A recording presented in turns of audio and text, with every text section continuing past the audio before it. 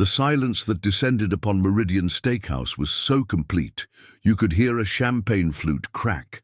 Every conversation stopped mid-sentence, every fork froze halfway to waiting lips, and even the soft jazz piano fell silent as all eyes turned to the corner booth where Chicago's most ruthless billionaire glared down at the young waitress. His voice had been cutting through the elegant atmosphere like a blade, each insult more venomous than the last, assuming he was dealing with just another powerless service worker. But when Maya Chen finally spoke, her words didn't just silence Victor Blackstone.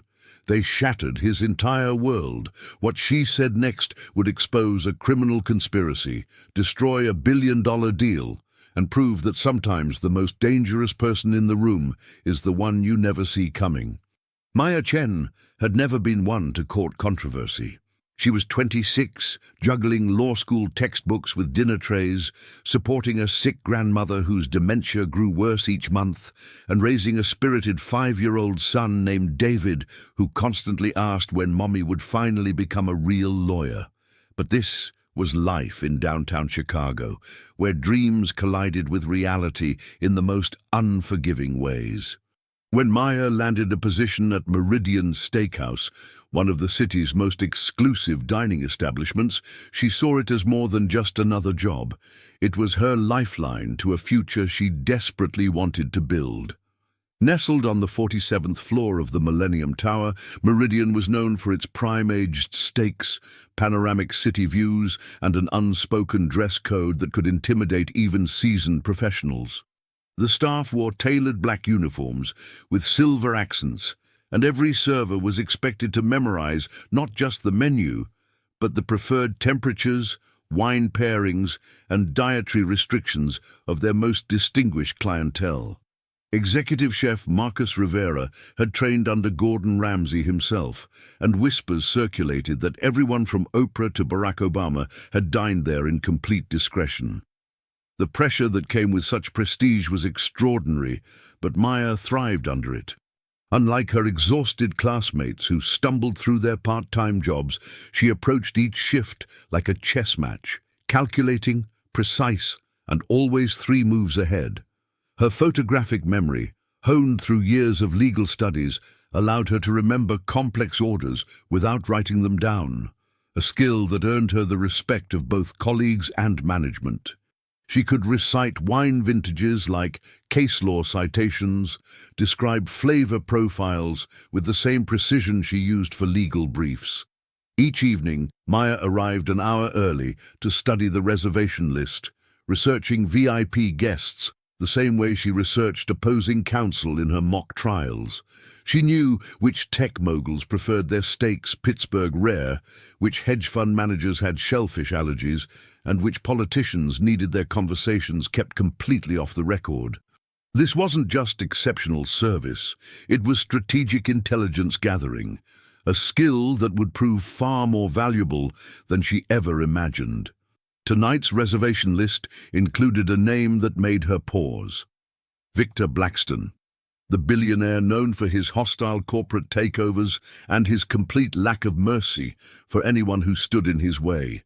The evening shift at Meridian began like any other, with the soft glow of crystal chandeliers casting warm light across tables draped in pristine white linen. Maya moved through her pre-service routine with practiced efficiency, polishing wine glasses until they sparkled, reviewing the evening specials, and mentally preparing for the challenges ahead. She had no way of knowing that in less than 2 hours, her life would change forever. The reservation book showed Victor Blackstone's party arriving at 8:30, a prime-time slot that meant serious money and serious expectations. Maya's pulse quickened as she remembered the leaked documents hidden in her locker, but she pushed the thought aside, focusing instead on the immediate tasks at hand. Maya's section that evening included tables 9 through 12, a coveted assignment that typically meant higher tips and VIP treatment protocols. Table 9 hosted a celebrating couple marking their silver wedding anniversary, their gentle laughter providing a warm backdrop to the elegant atmosphere. Table 10 seated a group of pharmaceutical executives discussing a merger over dry-aged ribeyes, their hushed conversations punctuated by the occasional clink of crystal. Table 11 was occupied by a federal judge who preferred to dine alone while reviewing case files, his reading glasses catching the candlelight as he turned each page.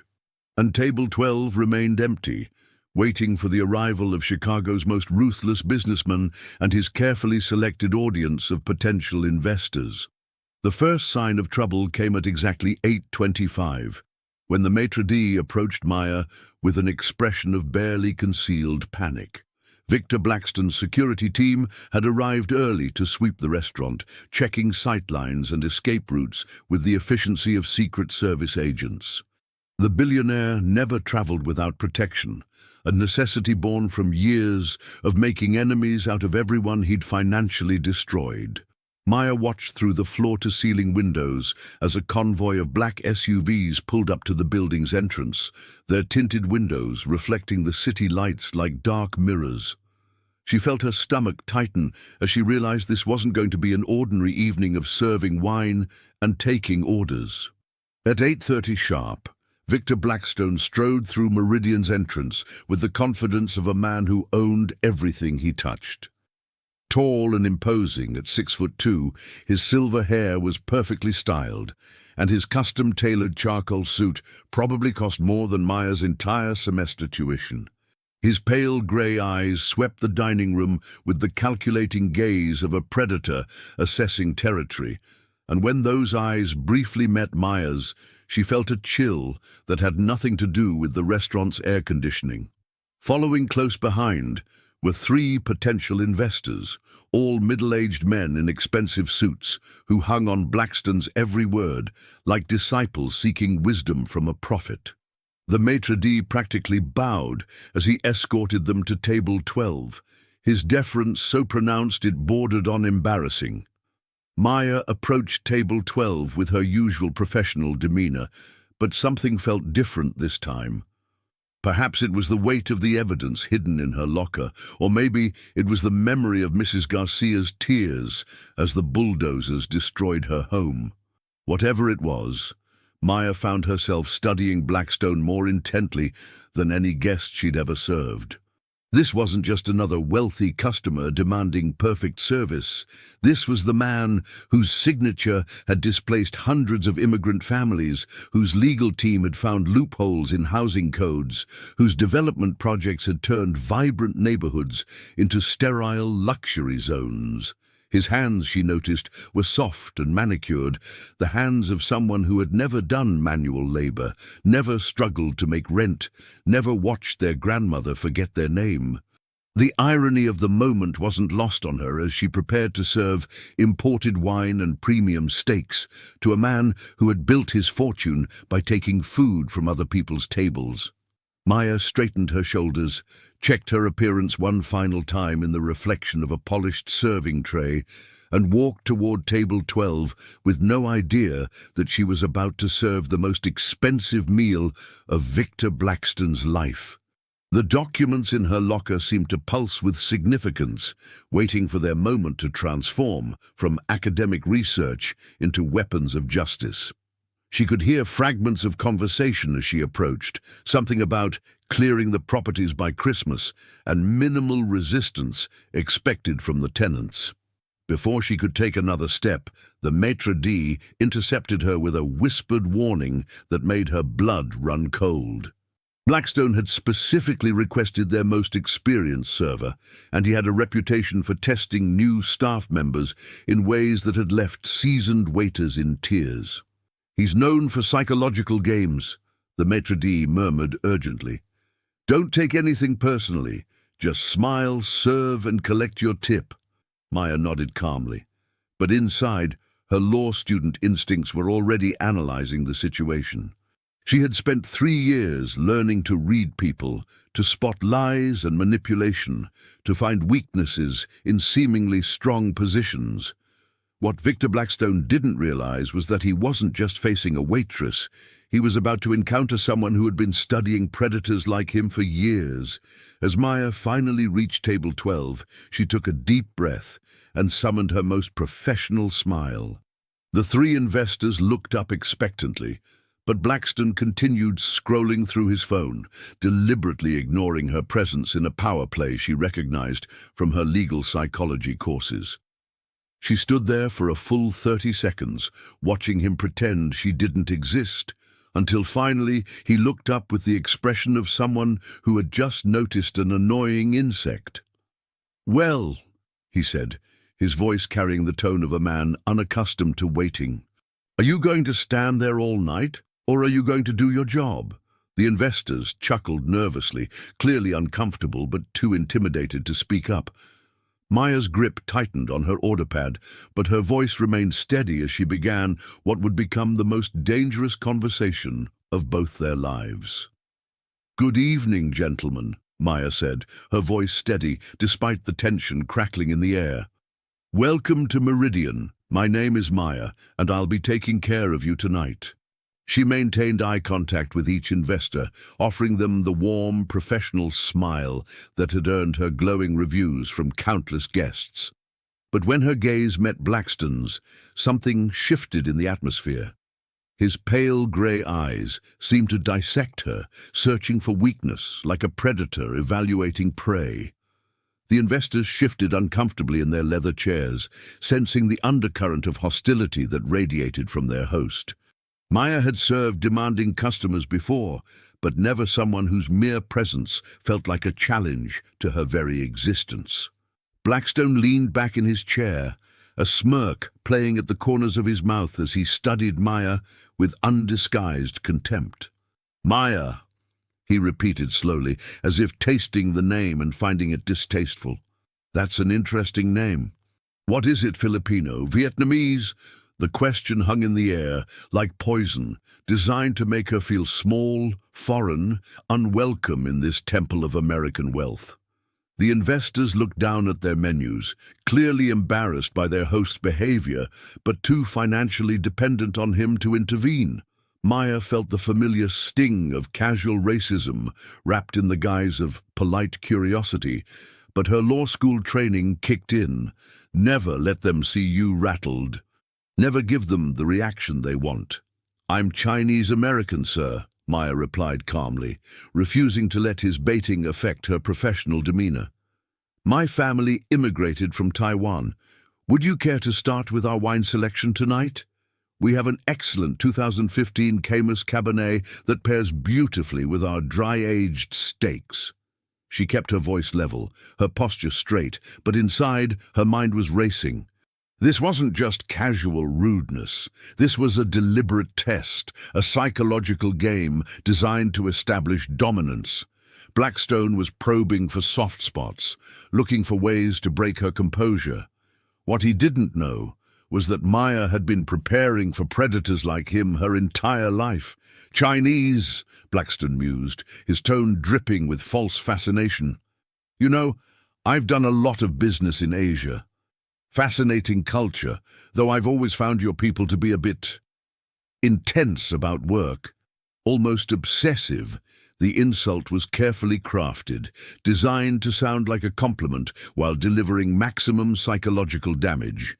One of the investors, a nervous man with wire-rimmed glasses, finally spoke up.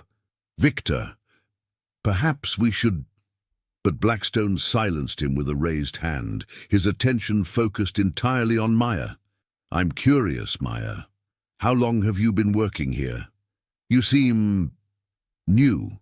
The word carried implications that made Maya's skin crawl, but she maintained her professional facade.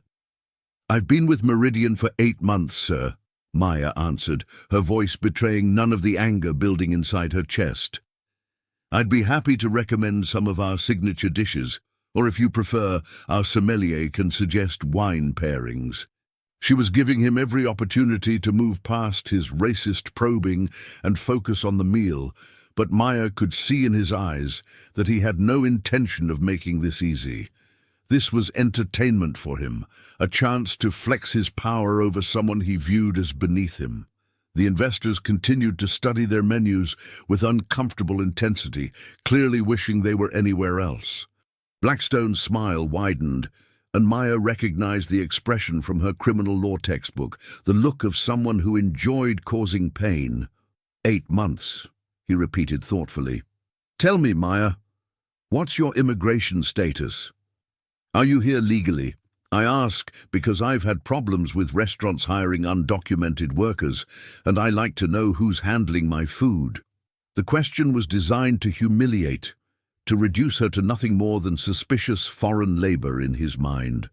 The investors winced visibly, but none had the courage to challenge their host. Maya felt her hands clench involuntarily, but her voice remained steady when she responded. I was born in Chicago, sir, at Northwestern Memorial Hospital, Maya said quietly, each word precisely chosen. I'm a third-year law student at DePaul University, and I'm here legally, just like my family has been for the past 14 years. She watched as surprise flickered across Blackstone's face. He hadn't expected intelligence or education, just subservience. Now, would you like to hear about tonight's specials, or shall I give you a few more minutes to decide? The subtle challenge in her tone was barely perceptible, but Blackstone caught it immediately.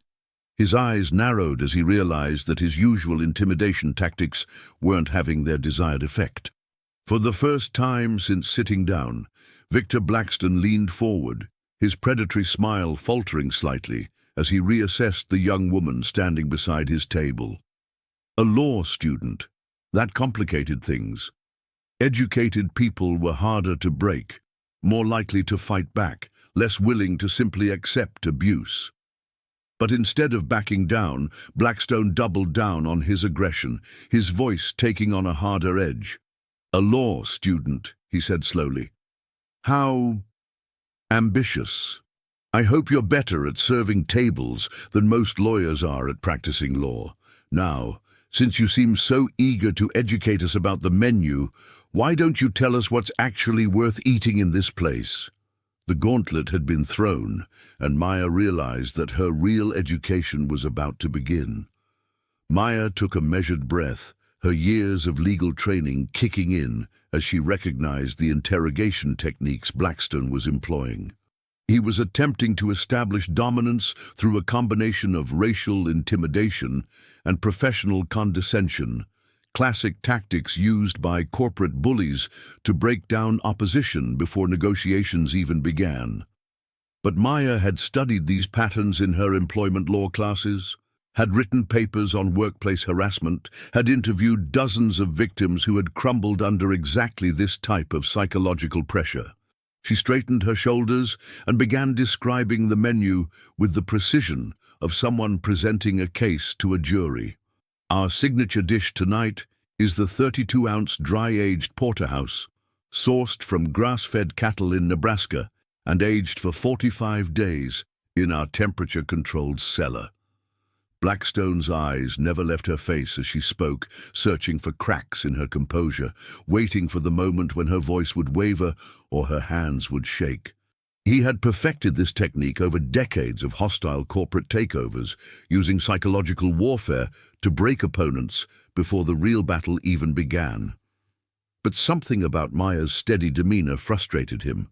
She wasn't cowering like the usual service staff he tormented, wasn't stumbling over her words or backing away from his aggressive stare.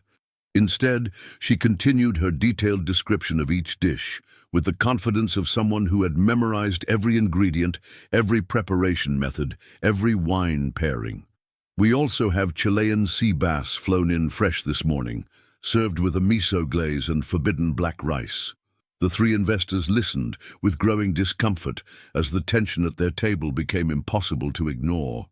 Richard Hawthorne, the nervous man with wire-rimmed glasses, kept glancing between Maya and Blackstone like a spectator watching a tennis match played with hand grenades. James Morrison, a pharmaceutical executive with silver temples, fidgeted with his water glass and avoided eye contact entirely. Dr. Elena Vasquez, the only woman among the investors, watched Maya with something that looked almost like admiration, mixed with concern. They had all seen Blackstone's psychological games before, had watched him systematically destroy opponents through carefully calibrated cruelty, but witnessing it directed at a young waitress felt particularly uncomfortable. "Interesting presentation," Blackstone said finally, his tone suggesting anything but genuine interest. "But I didn't ask for a lecture on ingredients. I asked what's worth eating. Surely someone with your educational background can distinguish between reciting a menu and providing actual insight." He leaned back in his chair, confident that he had found the perfect angle of attack. "Unless, of course, your law school education isn't quite as comprehensive as you'd like us to believe. Tell me, Maya, what tier law school is DePaul exactly? Top 50? Top 100? The question was designed to wound, to make her feel inadequate regardless of her answer. Maya felt the familiar sting of academic elitism, the same dismissive attitude she'd encountered from classmates whose parents had paid for prestigious undergraduate degrees while she worked 3 jobs to afford community college. But instead of deflating, the insult only strengthened her resolve. She had learned long ago that people like Blackstone used educational pedigree as a weapon because they had nothing else to offer. "DePaul is ranked 52nd nationally," she replied evenly, "and it has an excellent clinical program in immigration law, which is my area of focus. As for the menu, I'd recommend the porterhouse if you prefer bold flavors, or the sea bass if you're looking for something more refined. Both are excellent choices." She maintained perfect eye contact, refusing to give him the satisfaction of seeing her flinch. The standoff continued as Blackstone processed her response, clearly annoyed that his attack had failed to land with the desired impact. He had expected her to become defensive about her school's ranking, to apologize for not attending Harvard or Yale, to somehow diminish herself, to make him feel superior. Instead, she had acknowledged the ranking matter-of-factly and redirected the conversation back to her job. This level of composure from someone he viewed as beneath him was both irritating and intriguing. He decided to escalate his approach, leaning forward with the predatory smile that had intimidated countless corporate rivals. "Immigration law," he mused. "How timely.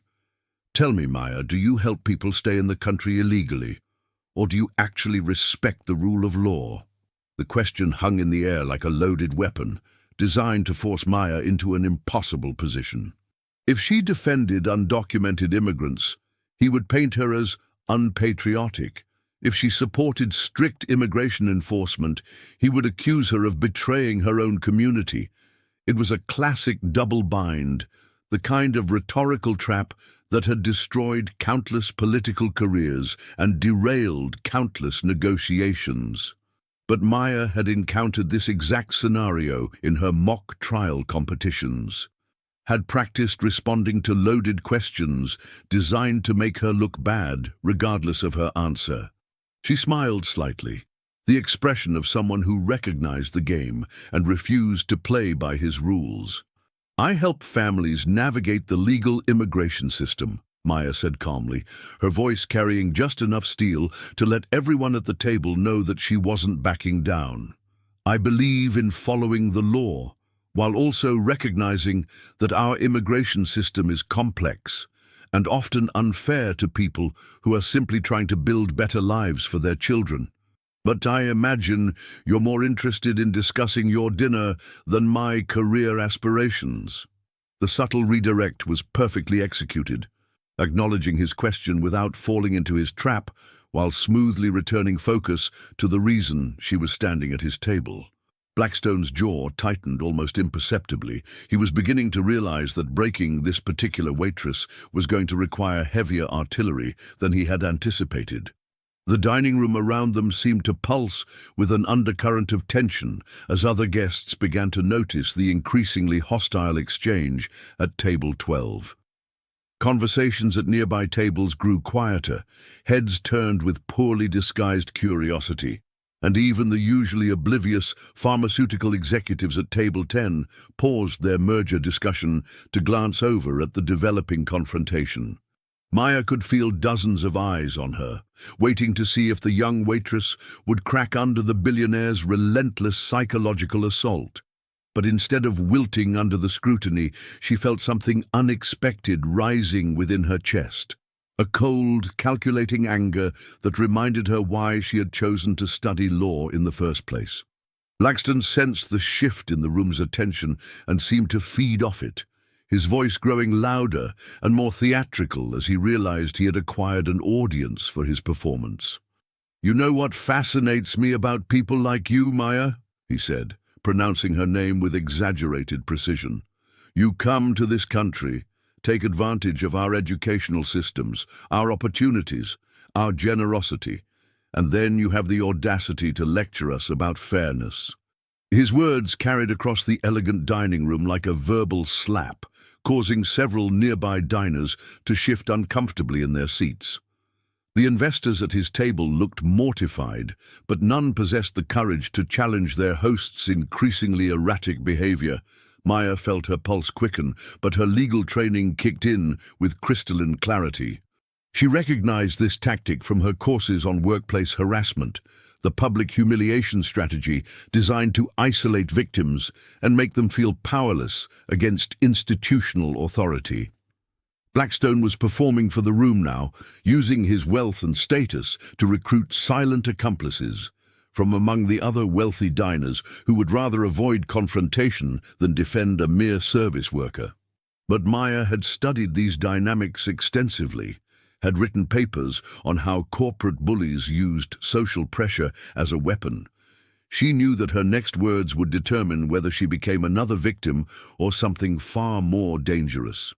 "Sir," Maya said quietly, her voice carrying just far enough to be heard by the surrounding tables. "I was born at Northwestern Memorial Hospital right here in Chicago. My grandmother brought me and my mother here when I was 12, legally, through the family reunification program, after she had worked for 6 years as a seamstress to sponsor us." She paused, letting the truth sink in while maintaining perfect eye contact with Blackstone.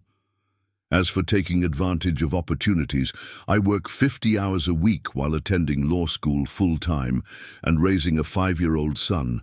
I've earned every single thing I have."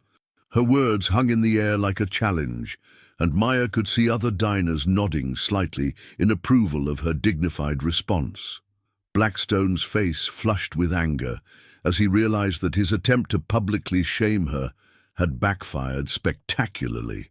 Instead of appearing foreign and unworthy, Maya had presented herself as the embodiment of the American dream, hard-working, educated, and unashamed of her background. The other diners were now looking at him with disapproval rather than solidarity, and he could sense the power dynamic shifting in ways that made him deeply uncomfortable. His voice took on a sharper edge as he abandoned subtlety entirely. "Working 50 hours a week," he repeated mockingly. "How admirable.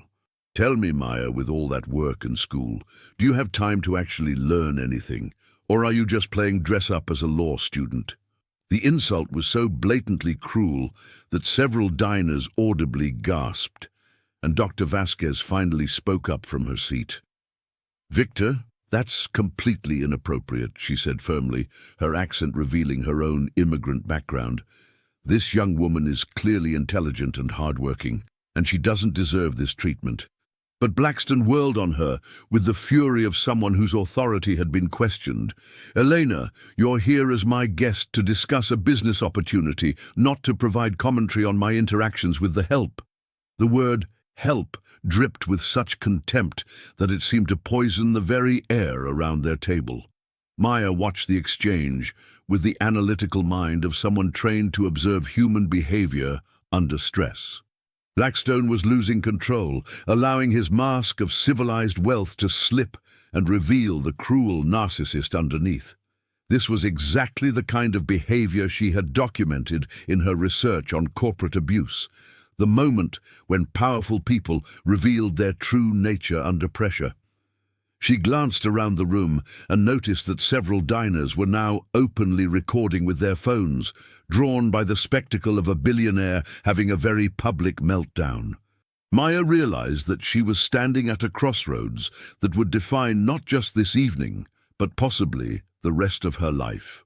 "Mr. Blackstone," Maya said, her voice carrying a new quality that made everyone in the dining room turn to listen. "I understand that you're upset, but I'm simply trying to do my job and serve you dinner. If there's something specific about the service that's bothering you, I'm happy to address it. Otherwise, perhaps we could focus on your meal." Her words were perfectly professional, but there was an undertone of steel that suggested she was no longer willing to simply absorb his abuse without response. The room held its breath, sensing that the young waitress had just drawn a line in the sand that even a billionaire might not dare to cross. But Victor Blackstone had built his fortune by crossing lines that others feared to approach, and Maya's quiet defiance only fueled his rage. Capítulo 6. The Breaking Point. The Chilling Reply. Victor Blackstone's composure finally shattered like expensive crystal hitting marble. The combination of Maya's quiet defiance, the disapproving stares of other diners, and Dr. Vasquez's public criticism had pushed him beyond the carefully controlled cruelty that had served him so well in boardrooms across the country. His voice rose to a level that silenced every conversation in the restaurant, transforming Meridian's elegant atmosphere into something that felt more like a courtroom during a particularly vicious cross-examination. "Listen to me very carefully, you little immigrant," he snarled, his pale eyes blazing with unconcealed hatred. "I don't care what sob story you think justifies your existence here. I don't care about your grandmother, your law school fantasies, or your bastard child." The words hit the dining room like a physical blow, causing several women to gasp audibly and at least 2 men to half-rise from their chairs in shock. Maya felt the insult like a knife to her chest, not because of its cruelty, but because it revealed exactly the kind of man she had been studying for months through legal documents and court filings. This wasn't random nastiness. This was the calculated viciousness of someone who had built an empire by destroying anyone who dared to stand in his way. The investors at table 12 looked like they wanted to disappear into their leather chairs, while other diners reached for their phones to capture what was clearly becoming a career-ending meltdown for one of Chicago's most powerful men. "You are nothing," Blackstone continued, his voice carrying across the now silent restaurant like a pronouncement from some twisted deity of wealth and privilege. "You're a waitress with delusions of grandeur, serving people who are actually important while pretending that your pathetic little life matters in the grand scheme of things. I could buy this restaurant tonight, fire everyone in it, and turn it into a parking lot, and the world would keep spinning exactly the same way." He leaned forward, his face twisted with the kind of rage that only comes from someone who has never been told no by anyone who couldn't be financially destroyed. "Your immigration law clinic, your night school degree, your precious family, none of it means anything to people like me." Maya stood perfectly still as Blackstone's tirade washed over her, but inside, something fundamental was shifting. Every word he spoke was confirming what she had suspected from months of research. This wasn't just a rude customer having a bad night. This was Victor Blackstone revealing his true nature, the same callous disregard for human dignity that had allowed him to displace thousands of families without losing a single night's sleep. She thought of Mrs. Garcia crying as bulldozers destroyed her garden, of the 3,000 immigrant families who would be homeless by Christmas if Blackstone's latest scheme succeeded, of her own grandmother who had sacrificed everything to give them a chance at a better life in America. The restaurant held its breath as Maya's expression changed from professional courtesy to something far more dangerous. Her voice, when she finally spoke, was so quiet that people at nearby tables had to strain to hear her, but the words carried with crystalline clarity across the suddenly silent dining room. "Mr. Blackstone," she said, her tone eerily calm, "I know exactly who you are. The simple statement seemed to freeze time itself, and Blackstone's rant died in his throat as something in Maya's demeanor warned him that the conversation was about to take a very different turn. I also know about the Riverside development lawsuit and the Garfield Heights foreclosure scandal and the shell companies you've been using to buy properties in immigrant neighborhoods.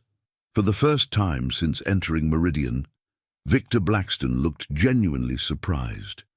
The arrogant sneer faded from his face as Maya continued speaking with the precision of a prosecutor presenting evidence to a jury. You see, Mr. Blackstone, I'm not just a waitress playing dress-up as a law student. I've been researching corporate real estate fraud for my senior thesis, and your name keeps appearing in the most interesting places. She paused, letting the implications sink in while maintaining perfect eye contact. The Garcias, the elderly couple whose home you seized through forged inspection reports. They were my grandmother's neighbors. I watched Mrs. Garcia cry as your bulldozers destroyed the rose garden she'd tended for 30 years. The blood drained from Blackstone's face as he realized that this wasn't a random service worker he could intimidate into submission. This was someone who possessed detailed knowledge of his most carefully hidden criminal activities. Maya's voice remained steady, almost conversational, but every person in the restaurant could sense the seismic shift in power dynamics that was occurring at table 12. I have copies of the falsified safety inspections, the bribed city officials, the shell company registrations that trace back to your personal accounts. I was planning to submit everything to the state attorney's office after finals week. She tilted her head slightly, her expression almost curious. But maybe it's time they saw what kind of man they're really dealing with. After all, threatening witnesses and intimidating immigrants seems to be your specialty. The silence in Meridian was so complete that the soft hum of the air conditioning sounded like a roar. Victor Blackstone, the man who had built an empire through intimidation and psychological warfare, found himself speechless for perhaps the first time in his adult life. Maya smiled then, an expression that contained no warmth whatsoever, and delivered the words that would haunt him for the rest of his days. Have a pleasant evening, Mr. Blackstone. I do hope you enjoy your meal. The chilling politeness of her tone, combined with the devastating revelation of what she knew, created a moment so perfectly orchestrated that it felt like watching justice itself take human form and speak with a waitress's voice. The silence that followed Maya's revelation stretched for what felt like an eternity, broken only by the soft sound of someone's wineglass being set down with trembling fingers. Victor Blackstone sat frozen in his chair, his face cycling through a spectrum of emotions: shock, rage, fear, and something that looked almost like respect for an opponent he had gravely underestimated. His mouth opened and closed soundlessly, like a fish pulled from water, as his brain struggled to process the magnitude of what had just occurred. The three investors stared at him with expressions ranging from horror to fascination, suddenly seeing their potential business partner not as a titan of industry, but as a criminal whose carefully constructed facade had just been obliterated by a waitress with a photographic memory and access to legal databases. Dr. Vasquez was the first to break the spell, rising slowly from her chair with the deliberate movements of someone trying not to provoke a dangerous animal. "Victor," she said quietly, her voice carrying the authority of someone accustomed to making life-and-death decisions in hospital emergency rooms, "I think it's time for me to leave."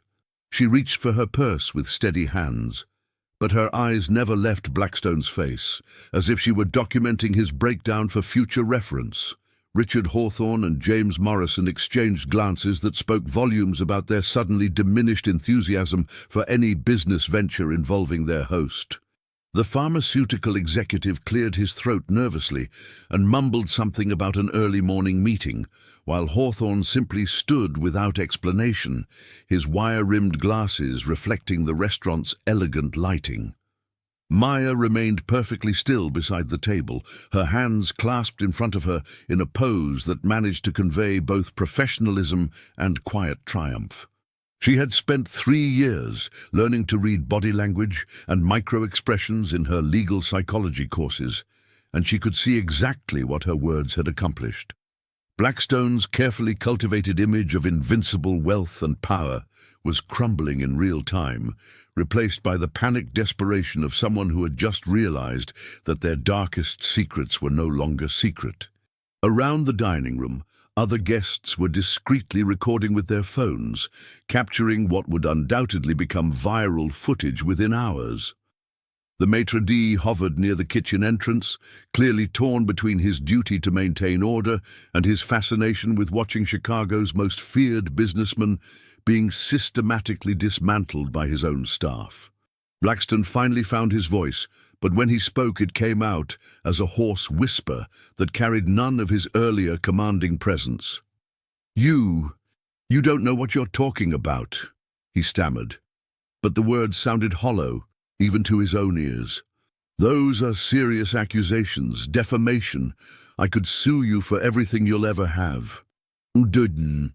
But even as he made the threat, his eyes were darting around the room, calculating how many witnesses were present, how many phones were recording, how quickly this disaster would spread through Chicago's interconnected networks of wealth and power. Maya tilted her head slightly, the gesture of someone considering an interesting legal puzzle rather than cowering before a billionaire's threats. "Mr. Blackstone," Maya replied, her voice carrying the patient tone of a teacher explaining a simple concept to a slow student. "Threatening a witness to a federal crime is itself a felony under U.S.C. Title 18, Section 1512. And since we're in a public place with multiple witnesses recording our conversation, you might want to be very careful about what you say next." She paused, allowing him to absorb the legal implications before continuing. "As for defamation, truth is an absolute defense. Every document I referenced is a matter of public record, filed with various city and county offices. Your attorneys are certainly welcome to examine my research, though I suspect they'll advise you to settle any pending cases very quickly, once this becomes public knowledge." The investors were now openly staring at their host, their expressions shifting from embarrassment to something approaching disgust, as the full scope of his criminal activities became clear. Dr. Vasquez shook her head slowly, her voice filled with the kind of disappointment usually reserved for terminally ill patients. 30 years I've known you, Victor. 30 years. And I never imagined—" She left the sentence unfinished, but the implication hung in the air like smoke from a funeral pyre. She placed a crisp $50 bill on the table to cover her portion of the meal and walked toward the exit without another word, her heels clicking against the marble floor with the finality of a judge's gavel. Blackstone watched his potential investors abandon him one by one, each departure representing millions of dollars in lost opportunities and damaged relationships that had taken decades to build. But more than the financial implications, what seemed to devastate him was the realization that his carefully constructed image as an untouchable master of the universe had been shattered by someone he had dismissed as insignificant. His hands trembled slightly as he reached for his phone, probably to call his legal team, but Maya's quiet voice stopped him mid-motion. "Mr. Blackstone," she said, her tone now carrying a note of something that might have been pity, "the state attorney's office opens at 8 a.m. tomorrow morning. I'd recommend getting your affairs in order tonight." With that, she turned and walked away from table 12, leaving Chicago's most powerful man alone with his crumbling empire and the sound of his own rapid, panicked breathing. Within 30 minutes of Victor Blackstone's humiliating exit from Meridian, the first shaky cell phone videos began appearing on social media platforms across Chicago. The footage, captured by at least 6 different diners, showed snippets of the confrontation from various angles: Blackstone's racist tirade, Maya's calm, professional responses, and the moment when her devastating revelation transformed the most powerful man in the room into a stammering, defeated figure. The video quality varied from grainy to crystal clear, but the audio was unmistakable. A young waitress systematically dismantling a billionaire's carefully constructed facade with nothing but facts and unshakable composure. By midnight, the hashtags "A Meridian Meltdown" and "Waitress vs. Billionaire" were trending on Twitter, with the most complete video garnering over 2 million views. Maya finished her shift in a daze, mechanically serving her remaining tables while trying to process what had just occurred. The other staff members treated her with a mixture of awe and concern, whispering among themselves about whether she would still have a job in the morning or if Blackstone would make good on his threats to destroy the restaurant. The maitre d' assured her that management stood behind her actions, but Maya could see the worry in his eyes as he contemplated the potential legal and financial ramifications. Chef Rivera emerged from the kitchen to personally thank her for standing up to Blackstone's abuse, but even his praise carried an undertone of anxiety about what tomorrow might bring. The explosion of social media attention brought unexpected consequences that no one at Meridian had anticipated.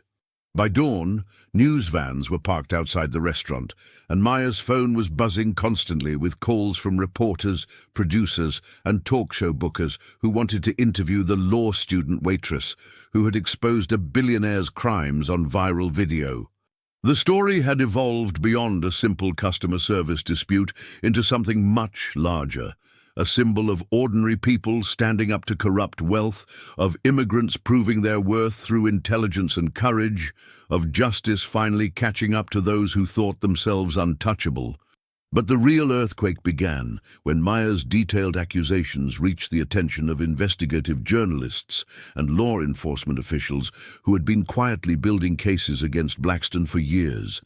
The Chicago Tribune's financial crimes reporter Sarah Chen had been investigating Blackstone Development Group for 18 months without finding the smoking gun she needed to publish her exposé. Maya's public accusations, backed by specific references to documents and case numbers, provided exactly the corroborating evidence that prosecutors had been seeking. By Tuesday morning, FBI agents were executing search warrants at Blackstone's corporate headquarters, armed with probable cause affidavits that cited Maya's statements as a key source of their intelligence. The Cook County State's Attorney's Office moved with unprecedented speed, announcing the formation of a special task force to investigate real estate fraud in immigrant communities. District Attorney Maria Santos held a press conference where she specifically mentioned the courageous young law student, whose allegations had brought these crimes to light. The investigation quickly expanded beyond Blackstone's individual actions to encompass a broader pattern of predatory real estate practices targeting vulnerable communities throughout Chicago. Federal agencies joined the probe when evidence emerged of wire fraud, money laundering, and violations of the Fair Housing Act. Maya found herself thrust into the center of a media storm that she was completely unprepared to handle. Legal aid organizations reached out to offer her protection and support, while immigration advocacy groups hailed her as a hero for the community. Death threats began arriving alongside interview requests, forcing Maya to temporarily move in with a law school friend whose apartment building had better security. The contrast was surreal. One day she was worried about making rent and keeping up with her legal studies. The next she was being invited to testify before congressional committees about corporate abuse of immigrant communities. Blackstone's empire began crumbling with breathtaking speed as the investigation revealed the full scope of his criminal enterprise. Major investors pulled out of pending deals, corporate partnerships were terminated, and his stock price plummeted as trading was temporarily halted. The man who had seemed untouchable just days earlier was now hiring crisis management firms and criminal defense attorneys, watching helplessly as decades of carefully accumulated power evaporated in the face of methodical legal scrutiny. Federal prosecutors seized his assets to prevent him from moving money offshore, effectively trapping him in the same city where a waitress named Maya Chen had just changed the course of his life forever. The most satisfying moment for Maya came when she received a phone call from Mrs. Garcia, her grandmother's elderly neighbor who had lost her home to Blackstone's schemes. The old woman had seen the news coverage and wanted to thank Maya for speaking up when no one else would. "Mija," she said through tears, "you did what I was too scared to do. You showed them that we matter, that we're not invisible." Maya realized then that her moment of courage at Table 12 had accomplished something far more important than just exposing one man's crimes. It had given voice to an entire community that had been silenced by fear and powerlessness for far too long. The Cook County Courthouse buzzed with anticipation on the morning of Victor Blackstone's arraignment, 6 weeks after his public meltdown at Meridian Steakhouse had set in motion the largest white-collar criminal investigation in Chicago's recent history. Maya sat in the gallery alongside Mrs. Garcia and dozens of other victims whose lives had been shattered by Blackstone's predatory schemes, watching as the man who had once commanded fear and respect was led into the courtroom wearing handcuffs and an orange jumpsuit. The federal charges read like a comprehensive manual of corporate corruption, racketeering, wire fraud, money laundering, conspiracy to violate civil rights, and illegal seizure of private property. Each count carried potential sentences that would ensure Blackstone spent the remainder of his life behind bars. District Attorney Maria Santos had built her case with the methodical precision of a master architect, using Maya's initial accusations as the foundation for a sprawling investigation that ultimately uncovered over $200 million in fraudulent real estate transactions. The evidence was overwhelming: forged inspection reports, bribed city officials, shell companies designed to hide illegal activities, and recorded conversations where Blackstone explicitly discussed targeting immigrant families because they were less likely to fight back in court. Maya's research had provided the crucial roadmap that allowed prosecutors to navigate the labyrinth of corporate entities and offshore accounts that Blackstone had used to hide his crimes from federal oversight. The civil remedies were almost as satisfying as the criminal charges. A federal judge had ordered the immediate return of all illegally seized properties to their original owners, along with punitive damages that would be paid from Blackstone's frozen assets. Mrs. Garcia wept openly as she received the keys to her restored home, now renovated with money from the court-ordered settlement fund. The 3,000 families facing displacement from Blackstone's latest development scheme would not only keep their homes, but would receive compensation for the months of terror and uncertainty they had endured while his criminal enterprise operated with impunity. Maya's life had transformed in ways she could never have imagined during those dark months of juggling law school, work, and caring for her ailing grandmother.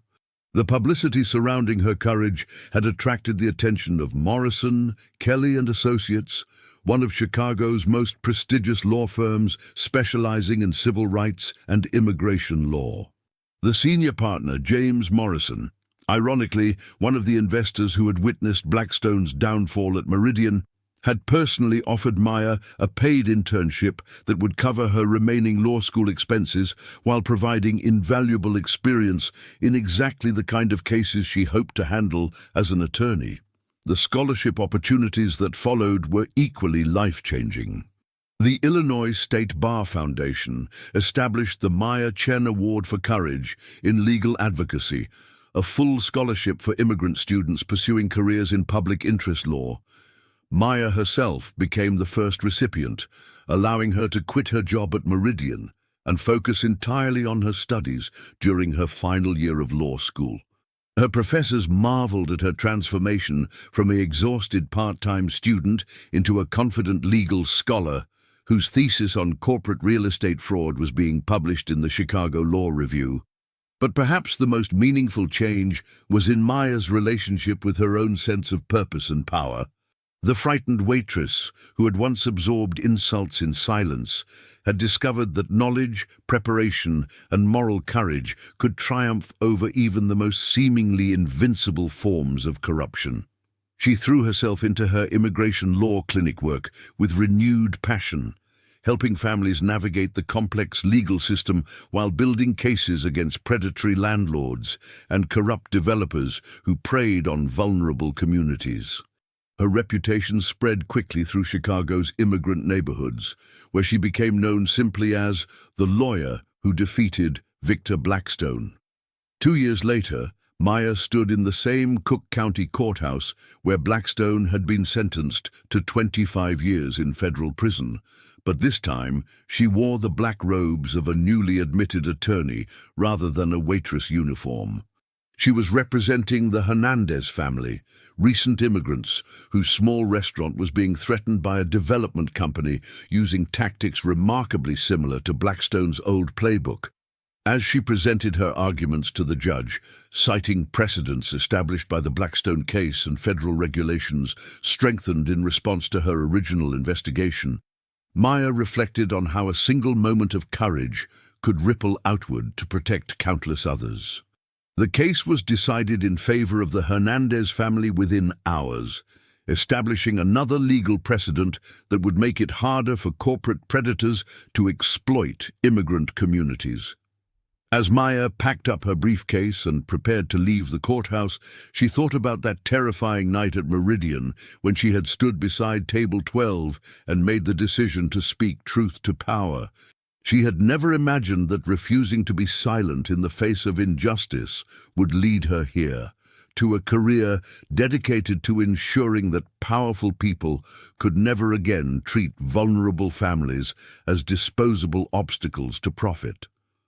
The waitress who had once served expensive steaks to billionaires now served justice to anyone brave enough to ask for her help, and she had never felt more satisfied with any meal she had ever delivered.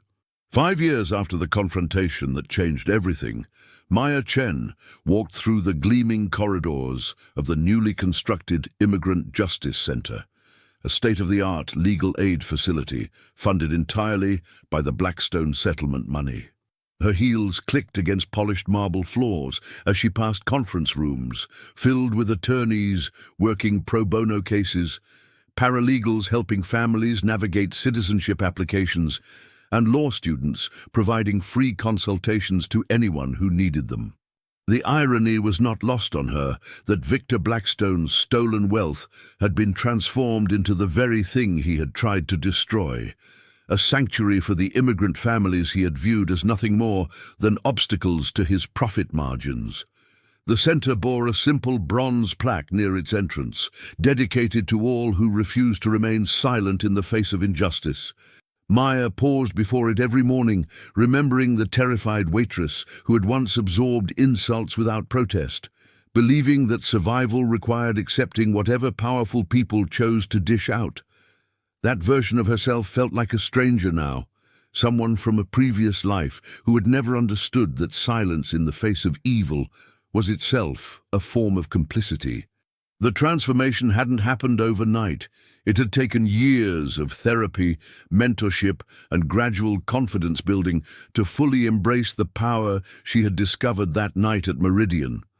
Her law practice had evolved far beyond individual immigration cases to encompass systemic litigation against corporate predators who targeted vulnerable communities. The Chen Legal Foundation, established with speaking fees and book advance money from her memoir, Truth at Table 12, employed 15 attorneys and had won landmark cases that strengthened tenant protections across Illinois. Maya's approach was methodical and devastating. She used the same research skills that had exposed Blackstone to build ironclad cases against landlords, developers, and corporations who believed their wealth made them untouchable. But the most satisfying aspect of her work was training the next generation of advocates through the center's fellowship program. Every semester, 20 law students spent a year learning to combine traditional legal skills with investigative research, community organizing, and strategic media engagement. Maya taught them that justice wasn't just about winning cases. It was about changing systems, exposing corruption, and ensuring that powerful people could never again operate with the assumption that their victims would remain silent. Her students often remarked that Professor Chen had an uncanny ability to spot exactly the kind of evidence that prosecutors needed most. David, now 10 years old, had grown up surrounded by the noise and energy of social justice activism, accompanying his mother to court hearings, community meetings, and law school events. He was proud when classmates recognized his mother from news interviews or documentary films, but Maya was careful to shield him from the darker aspects of her work. The death threats, the attempted intimidation, the constant security precautions that came with challenging people who had unlimited resources and flexible morals. She wanted him to understand the importance of standing up for others without becoming cynical about the world's capacity for cruelty. Maya's grandmother had lived to see her granddaughter's law school graduation and the opening of the Immigrant Justice Center, passing away peacefully in her sleep 2 years earlier with her legal guardian credentials and naturalization papers proudly displayed on her nightstand. Her final words to Maya had been in Mandarin, "You became the voice I never had." The funeral had drawn hundreds of people whose lives had been touched by Maya's advocacy work, all coming to pay respects to the woman whose sacrifice and courage had made it all possible. The speaking requests never stopped coming. Law schools, civil rights organizations, immigrant advocacy groups, and corporate ethics conferences all wanted to hear from the woman who had brought down Victor Blackstone with nothing but preparation and courage. Maya accepted only those invitations that served her larger mission of training advocates and exposing systematic injustice. Her standard speech always ended with the same challenge. Every day, each of you witnesses moments when power abuses powerlessness. The question isn't whether you'll see injustice, it's whether you'll have the courage to speak when that moment comes.